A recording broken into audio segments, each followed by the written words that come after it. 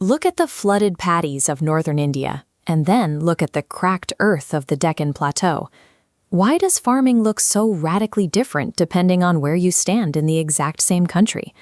It is easy to assume that farmers simply wake up and plant whatever they prefer to grow. But every seed dropped into the earth is bound by a strict game of cause and effect, governed by three physical factors: climate, soil, and water. Feeding over 1 billion people requires a perfect alignment with these physical limits. For any crop to survive, these factors are the absolute laws of the land. We start with the sky. Between June and September, the southwest monsoon acts as a massive climate engine, pulling moisture from the ocean across the subcontinent and setting the entire farming calendar in motion.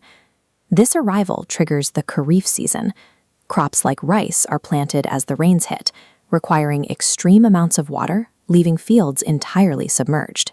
By October, those winds retreat.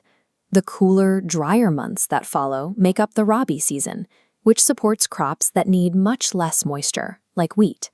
Wedged between these two massive cycles is the VII season, a short, hot window from March to June for quick-growing crops like watermelon.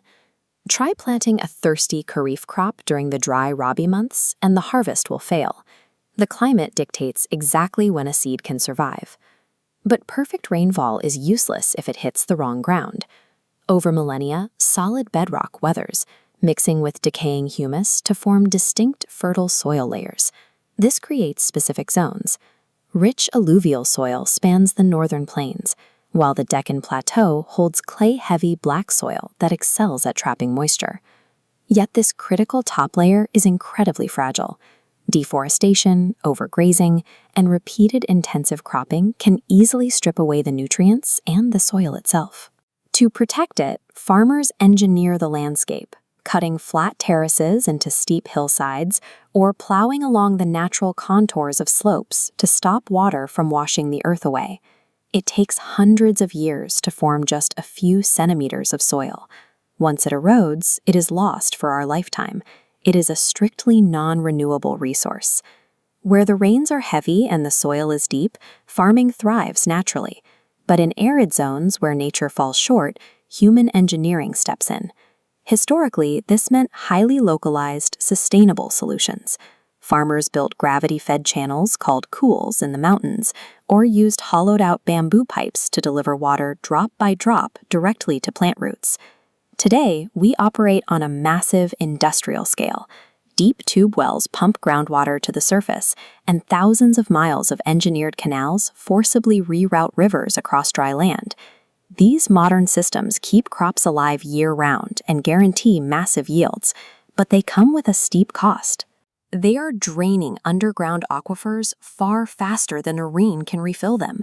Water is the physical lifeline that links the sky to the soil, but relying on constant over-extraction pushes the entire agricultural system toward a breaking point. The dominance of rice in the northern plains is a direct result of these physical rules. It thrives at the intersection of fertile alluvial soil, heavy monsoon rains, and river irrigation. Similarly, cotton flourishes on the Deccan Plateau because the region's clay-heavy black soil traps and holds exactly enough moisture to sustain the plant between rains. But this ancient three-part system is currently destabilizing. Erratic extremes driven by climate change are upending the historical weather patterns agriculture relies on. Snow droughts in the Himalayas mean less meltwater to feed downstream rivers in the summer. And if the monsoon arrives just a few weeks late, the entire Kharif sowing season is thrown into chaos. Every meal we eat represents a specific use of these finite physical resources.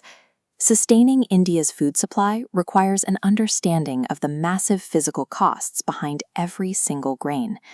India's future food security relies on our ability to balance our incredible modern innovations with the absolute, unchangeable limits of the natural world.